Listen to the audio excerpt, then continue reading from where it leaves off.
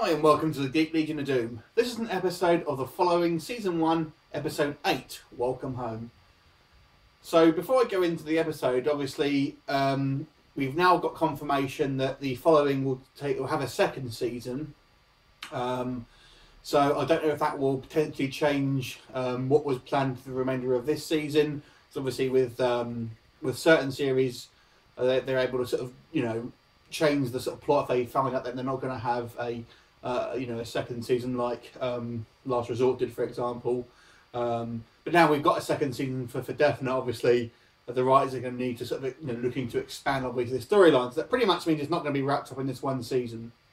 A lot of the criticisms of this series, though it's fairly it's been fairly popular, is that they don't think it can have this sort of like long sort of flowing arc amongst multiple seasons. So we'll have to see how it plays out. I think maybe it could, but I guess we'll just have to see. I mean, the writing's been fairly clever in this episode, this season sort of so far. So we'll have to see. That it has had a few missteps, but I guess we'll ultimately have to see what the end of this season is going to be like first before we can really judge what the next season is going to be.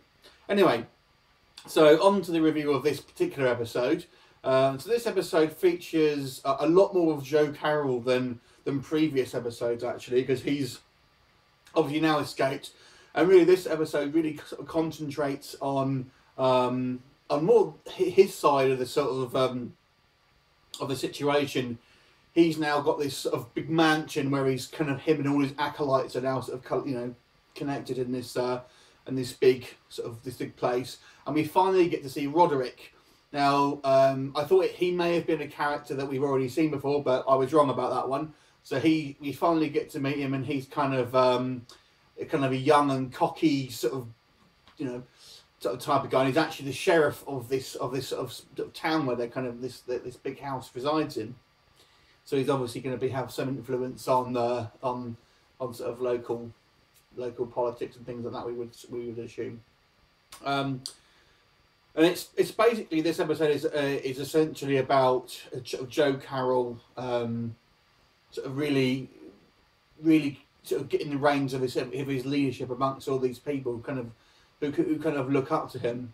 And then you've also got on the sort of the FBI sort of side of things, you've got a new boss because Joe Carroll escaped this second time.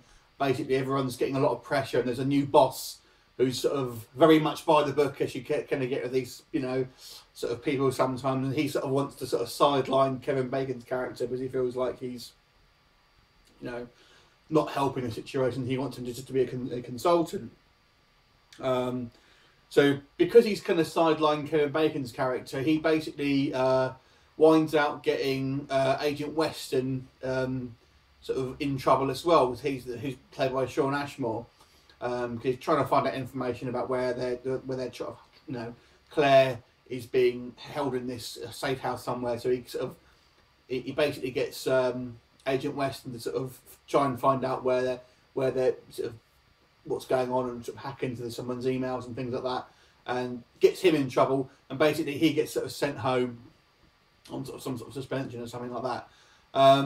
Now, flipping back to obviously the actual following itself, it appears they don't know where Claire is being held either. So this kind of gives you some idea about how how deep their sort of claws are in the sort of FBI and what have you. So it appears they don't have anyone else who is sort of currently in the FBI working for them. So they decide to try and kidnap Agent Weston, basically trying to torture him to sort of try and get the information where they're holding Claire in this sort of protective custody. So basically Roderick takes point on this one, and they kidnapped Weston and essentially beat him up until, to try and get him to talk. Now, Kevin Bacon sort of suspects something may be wrong, as Weston's been sent home and he's not answering his phone. So he and the sort of the female lead sort of FBI agent go and check it out, and they sort of discover that there's been a struggle and what have you, and are able to sort of track down Weston's sort of car basically, and find out the follower's car, factory. And they've got him in this kind of like abandoned warehouse or something. And they're basically beating the crap out of him to try and get him to spill the beans about where Claire is. They put him through the ringer quite a lot, but they're able to sort of save him just in the nick of time, but not before Charlie, who was kind of the military guy who originally captured Claire, managed to stab Agent Weston in the gut. So they save his life, and we obviously will expect him to pull through and what have you. And then basically the rest of the episode is just, again, it's just dealing with the following and the kind of the internal politics of there. Now, a couple of quick bits I wanted to pick out from this episode. That's ultimately the plot, and it was a fairly humdrum plot, if I'm quite honest with you.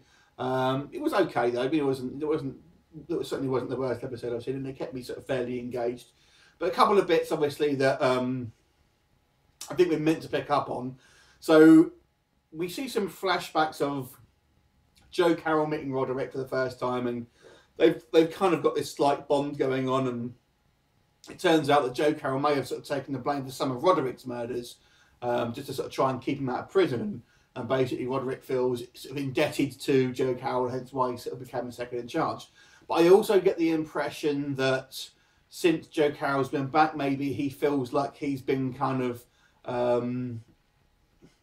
replaced, because he was ultimately running the sort of the cult. So I think possibly what we'll see is maybe some sort of conflict building between the two of those.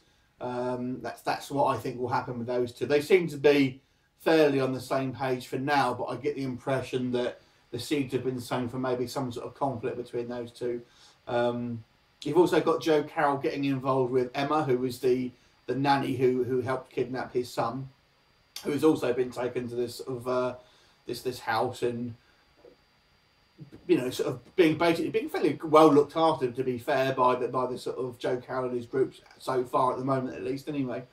So the other thing is that now at the end of the episode, I think his name's Charlie. He's one of the followers who originally kidnapped Claire, and when she escaped, that was counted as a failure by him, and for some reason he takes the blame for the Mike Weston situation and him getting sort of rescued at the last minute, which I didn't really understand, because ultimately it was Roderick was in charge of that one, and yet as far as I could see, Charlie pretty much did everything that he was told to, and I didn't really understand how he was his failure, and basically he offers himself up to get sacrificed for Joe Carroll to essentially kill him.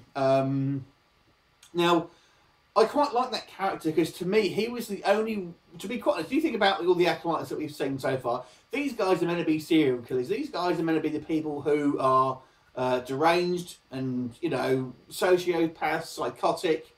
And have we really seen any behaviours that really sort of demonstrate that for many of the acolytes? I don't think we have. The only one, to me, who seemed like they're unhinged, it was this guy. And he's the only one that's really shown any type of kind of mental instability in my mind, apart from the fact that obviously we're told they're killing all these people, but everyone else seems to be getting on great.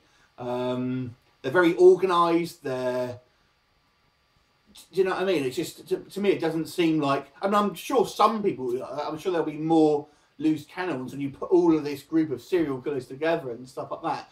I can't imagine everyone will be such a cohesive unit, and there'll be, the whole point of them is they're mentally disturbed, and how can you have this kind of like such a cohesive group of psychotic people all working so well together and getting on for the most part? And as I say, only he really was very much maybe not quite. He's clever and he was very technical and stuff like that, which is, again, it seemed like an odd choice that Joe Carroll would almost take it upon himself to kill him. One of the more military trained, probably one of the more useful members of his cult, and it was totally not his fault at all. I mean, Roderick was in charge.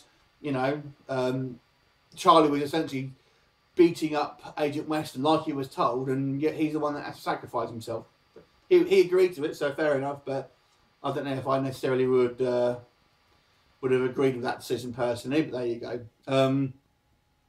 So it was an okay episode. It wasn't anything too exciting, but it kept me engaged. I quite enjoyed watching it. It certainly wasn't as thrilling as some of the previous episodes, but then again, I think it was better than some as well. So I'll give this episode a 6.5 out of 10.